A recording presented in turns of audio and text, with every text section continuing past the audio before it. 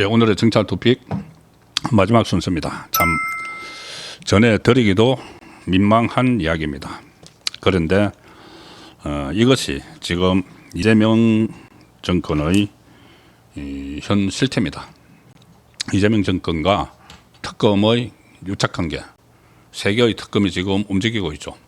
소위 말하는 내란 특검, 김건희 특검, 최상명 특검이 경쟁을 합니다. 경쟁을 해서 누가 더 실적을 남겼느냐. 검사들도 그렇고 특검도 마찬가지죠. 실적이라는 게 사람 구속이죠. 구속. 그리고 불러서 막 속된 말로 조지는 거.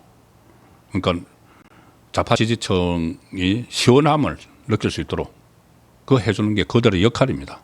그거 하라고 민주당이 다 특검을 세 개나 발의를 해서 다 임명을 했고, 그리고 또 그 채찍질 하느라고 특검을 지원하는 특위까지 만들었죠. 전현희가 위원장을 맡은. 그래서 특검을 막 몰아붙이고 있는데, 지금 그 가장 거기에 열중하고 있는 것은 김건희 특검입니다. 내란 특검은 이미 윤석열 전 대통령을 구속을 했죠. 그리고 지금 내란 특검도 오늘 최상목 전 경제부총리를 비롯해서 그때 당시 장관들, 비상계엄 그 관련된 장관들을 오늘 소환을 했습니다. 근데 그것보다 지금은 김건희 특검이 지금은 우리의 시간이다, 뭐 이런 식으로 하는 건지. 자, 어제 김건희 여사에 대해서 11시간 동안 소환 조사를 했죠. 김건희 특검에서. 그런데 오늘 구속영장을 바로 청구를 했습니다.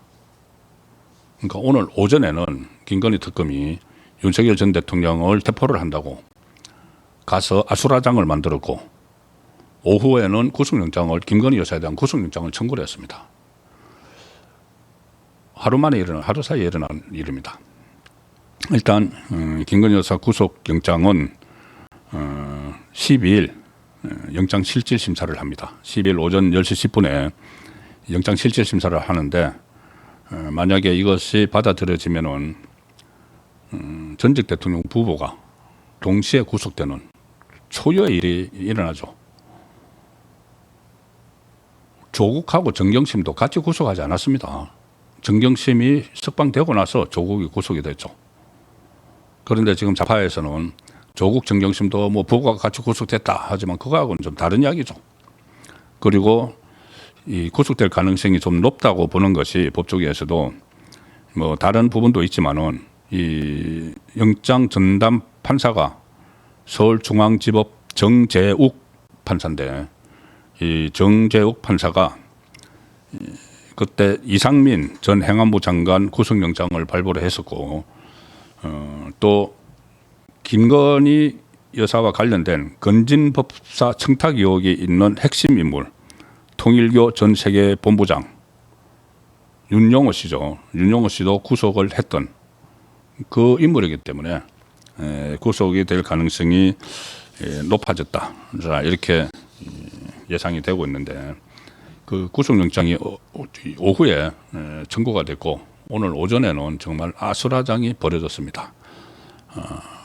그 전에 그 윤석열 전 대통령을 뭐 강제 구인하겠다고 가서 가니까 뭐 속옷만 입고 있더라, 뭐 그렇게 이 가짜 브리핑을 했죠. 허위 브리핑입니다. 그거 왜 그러냐 하면은 다들 아시겠지만 그때 두 번의 조우가 있었습니다. 1차로 갔을 때, 오늘 말고 1차로 갔을 때 첫 번째는 그때 10시였나요? 10시에 이 강제 구인을 하러 가니까, 체포영장을 집행하려고 강제 구인을 하러 가니까 그때는 윤석열 전 대통령이 옷을 입고 있었습니다.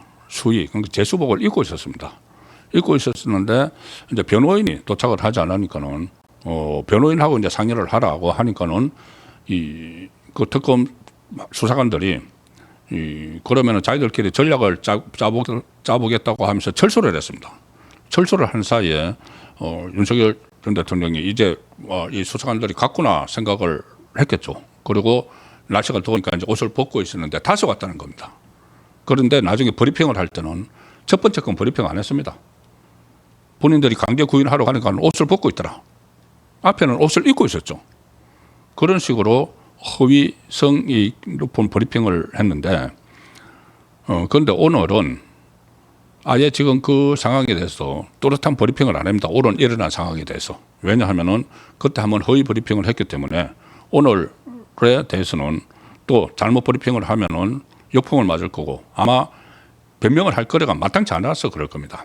상황이 어떻게 됐냐 하면은 그러니까 윤석열 전 대통령 변호인단의 설명하는 거하고 또 구치소 쪽을 취재한 또 언론도 있습니다. 그것을 종합을 해서 하면은 이 오늘 강제 구인 시도하는 과정에서 윤석열 전 대통령이 바닥에 엉덩이를 부딪히는 이런 큰 사고가 났습니다. 그래서 지금 구치소 안의 의무실에 가 있는데 이제 윤석열 전 대통령이 변호인들하고 상의를 하라고 했는데 그러니까 윤석열 전 대통령이 원래 있는 그 독실에서 나와가지고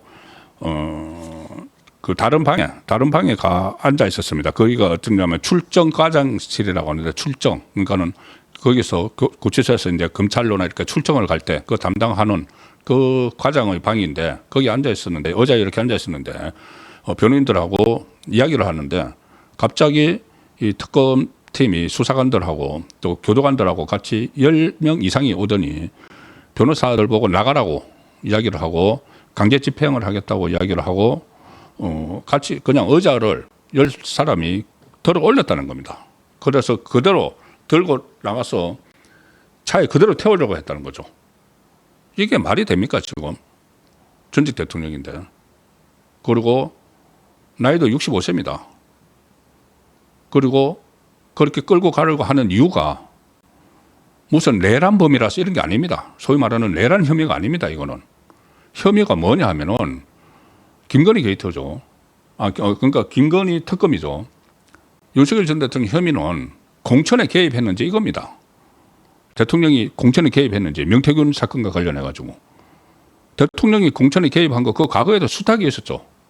문재인은 그때 울산시장 그 공천에 개입을 해서 뭐 상대 후보 뭐 떨어뜨리려고 하명 수사도 하고 후보 매수도 하고 이렇게 했죠. 그러니까는 중범죄라고 볼 수가 없는 거죠. 그런데 그런 그 대통령의 선거 그 공천 개입 정도의 문제를 가지고 이렇게 아예 그냥 의자를 통째로 들고 그 이렇게 이 차에 태우려고 하는 그런 시도를 했는데 그게 제대로 됩니까? 그래서 의자가 뒤로 빠지면서 윤석열 전 대통령이 이 바닥에 철푸덕 내려앉은 거죠. 그 과정에서 이 허리가 의자의 다리에 부딪히기도 했고, 그 윤석열 전 대통령이 또 이 교도관들이 팔을 잡아 끌으니까 이렇게 이야기를 했다고 합니다. 팔이 빠질 것 같아. 제발 좀 놔달라. 이렇게 이야기를 했다고 합니다.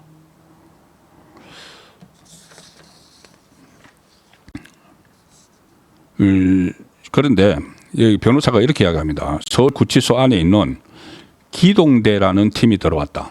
기동대라는 팀이 들어왔다.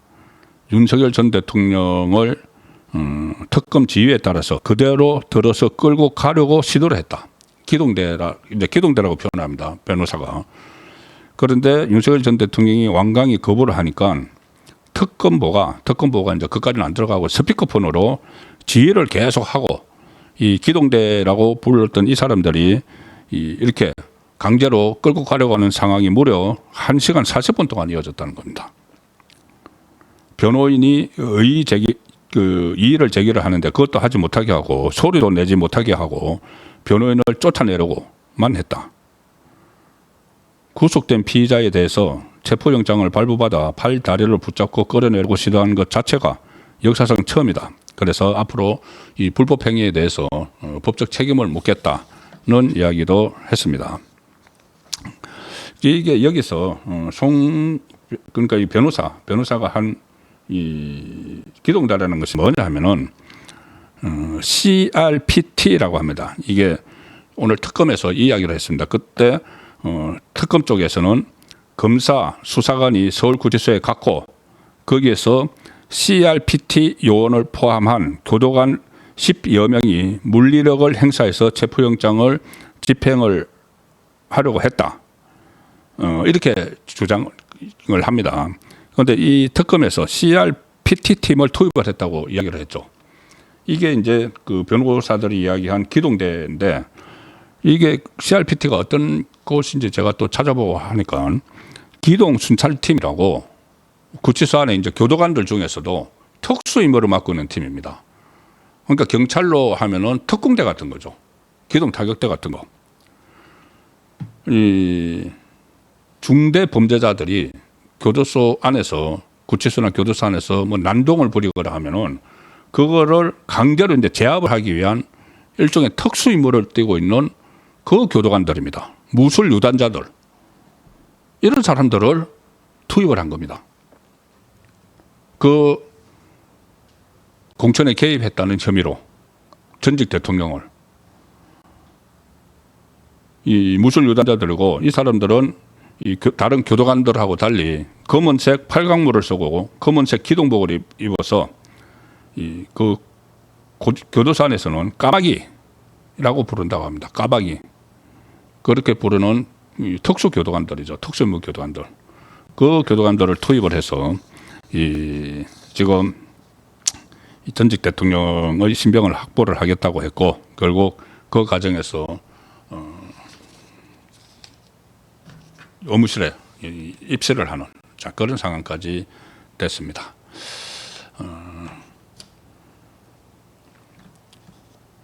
국민의힘은 지금 8월 22일 전당대회를 앞두고 있죠. 전당대회를 앞두고 있는데 윤석열 전 대통령과 이 거리를 두느냐 아니다 같이 가야 된다 이렇게 다양한 이 감론 얼박이 지금 벌어지고 있습니다. 그리고 당권 경쟁에 나선 이 후보들도 양쪽으로 지금 갈려 있죠.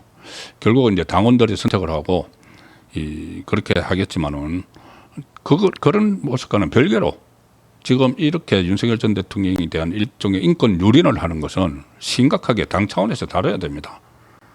누가 당 대표가 되더라도 그리고 이것은 뭐 그 시민사회 단체에서도 이렇게까지 하는 것은 이 특검이 어떤 조사 그러니까 수사의 목적이 있는 것이 아니고 일종의 정치적 의도로 정치적 목표를 가지고 망신 주기를 하는 그래서 인권을 유린하는 이런 것은 분명히 이슈로 만들어야 되는 거죠.